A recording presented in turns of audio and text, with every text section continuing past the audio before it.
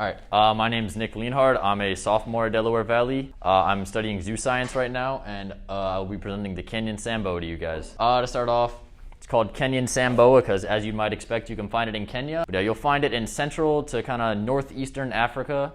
You'll find it in Egypt, Sudan, Ethiopia, Kenya, like the name suggests, Libya, Chad, Niger, Yemen, Tanzania, and Somalia. So it's got a pretty wide range. It's a fairly common species in a large portion of the continent. Every now and then you can kind of find it on the fringe of some other countries, but its main habitats are going to be in places like that.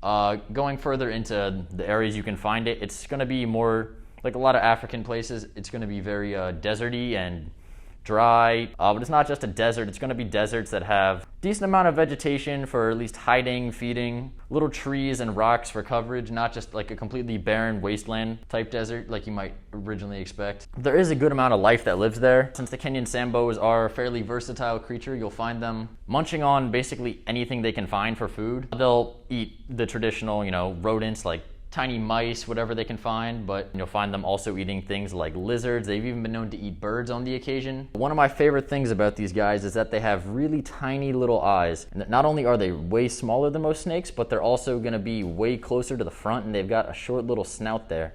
So they've got really interesting face, and that's actually one of the first things I learned about them years ago when I saw them on an internet thing about snakes, and I thought they were fascinating.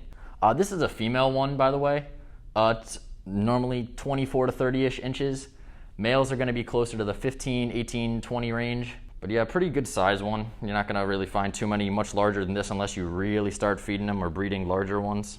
Honestly, Kenyan Sand Boas all over have a really strong population all over, so they're actually not really considered threatened at all. But one of the things that they can be aware of is that Kenyan Sand Boas are really popular in the pet trade. There are people who go in the wild and just take them, which is not allowed in a lot of places. So if you're going to be buying, you got to make sure that you're getting them from a licensed person who's doing it appropriately and not disrupting the natural habitat and stuff. I think what's really interesting about these guys is that the females are considered ovoviviparous, I believe it's pronounced, which means essentially they produce their eggs like a lot of reptiles do. Then around here where they keep their uterus and they do a lot of their fertilization, the eggs hatch inside the female before giving birth. So it's technically live birth, but not the live birth in the way that humans do. It just grows from an embryo into a full-size baby. So actually produces the entire egg inside of it before giving birth.